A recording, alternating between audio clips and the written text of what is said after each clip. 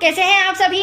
I hope अच्छे होंगे, right. चलिए, मैं योगिता प्रजापति चैनल पे आप सभी का स्वागत करती हूँ और आज मैं आपके लिए लेकर एक्सरसाइज 3.3 का क्वेश्चन नंबर फर्स्ट का थर्ड पार्ट। तो प्लीज ध्यान समझिएगा क्योंकि हम प्रतिस्थापन विधि समझ रहे हैं जो कि इंपॉर्टेंट है। ओके बच्चों, तो साथ ही लाइक शेयर करना मत भूलिएगा। ओके, तो ये स्टार्ट करते हैं।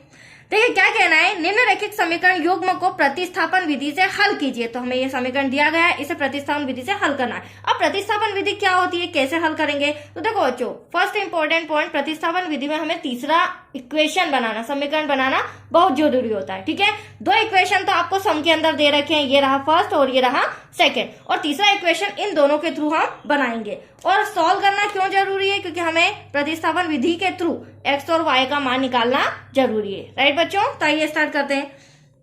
देखिए 3x minus Y equals to 3, ये हमारा इक्वेशन नंबर फर्स्ट हो गया।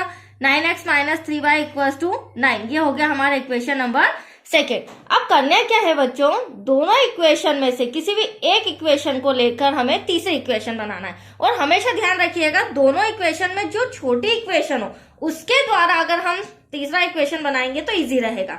देखिए मैं इस बार ले रही हूँ समीकरण नंबर फर्स्ट, तो यहाँ लिख लेते हैं। हमें जो भी समीकरण लेंगे इंस्ट्रक्शन लिखना पड़ेगा।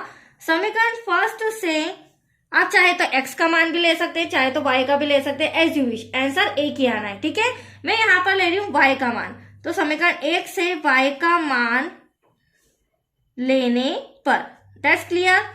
अब देखिए समीकरण 1 पहले हम रिटर्न कर लेते हैं, 3x माइनस का y इक्वल्स टू 3। अब यहाँ से हमें y का मान लेना है, तो हम क्या करेंगे बच्चों, ये जो प्लस का 3 है इसे इधर ले आते हैं तो माइनस का हो जाएगा, और माइनस का y इधर जाके क्या हो जाएगा, प्लस का। तो देख सकते हैं आप 3x यहीं का यहीं, प्लस का 3 इधर आया तो माइनस का y इधर आया तो प्लस का। ये आ गया हमारा y का वैल्यू, और ये रही हमारी equation number third. Any doubt यहाँ पर? कोशिश कीजिएगा कि माइनस में ना आए, राइट। अगर मैं 3x इधर लेके आती तो y जो रहता हमारा माइनस का हो जाता, तो इसलिए मैंने कोशिश किया, इसलिए मैंने जो y था प्लस का 3 इधर ले लिया और माइनस का y इधर ले लिया, तो हमारा दोनों आंसर प्लस में आ गया। That's clear. चलिए अब दूसरी इंपॉर्टेंट पॉइंट ध्यान से समझिएगा, हम y का मान तो लेके आए हैं, राइट बच्चों।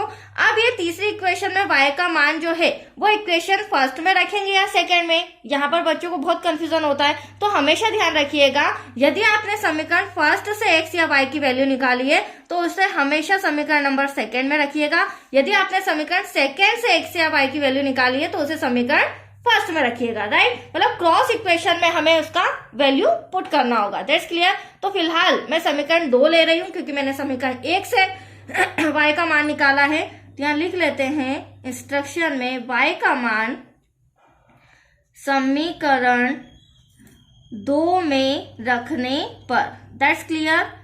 चलिए समीकरण 2 रिटर्न करते हैं। 9x माइनस का 3y इक्वल्स टू 9, तो 9x माइनस का 3y इक्वल्स टू में आ जाएगा 9।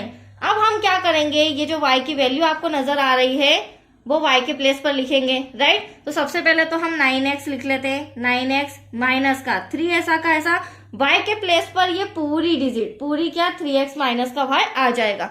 तो यहाँ पर हम लिख लेते हैं ब्रैकेट में 3x माइनस का 3। एनी डाउट बच्चों?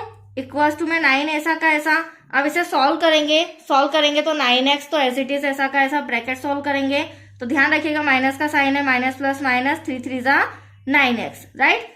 माइनस माइनस प्लस, 3 का 3 में किया 9x। अब यहाँ पर समझने वाली बात ये है कि हमें पहले मैंने स्टार्टिंग में बताया था कि प्रतिस्थापन विधि से हम क्या कर रहे हैं, या तो x का मान लाएंगे या y का, और दोनों का मान लेके आएंगे। पहले तो x का लाना है या फिर y का, लेकिन यहाँ पर आप कंडीशन देख रहे हैं कि हमारा x का मान ही नहीं निकल पा रहा है। क्यों नहीं निकल पा रहा है? क्योंकि जो 9x है ये मेरा प्लस का है और ये 9x मेरा माइनस का है, तो ये प्लस माइनस तो यही कैंसिल हो गया, और दैट्स योर आंसर। आपके पास क्या बचा, 9 इक्वल्स टू 9।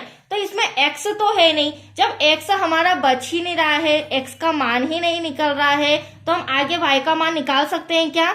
नहीं निकाल सकते। तो ये वाला सम यही इनफ होगा, क्योंकि यहाँ पर हो क्या रहा है, x पहले कैंसिल हो गया। हाँ, अगर आप इक्वेशन सेकेंड ही सॉल्व करते बच्चों तो भी इसमें ना ही x का मान निकल पाता ना ही y का मान निकल पाता, दैट्स क्लियर। तो चलिए यहाँ पर हमें आंसर में लिखना होगा, यहाँ x का कोई मान हल के रूप में प्राप्त नहीं है, अतः ना ही x का मान होगा, ना ही x का मान निकलेगा और ना ही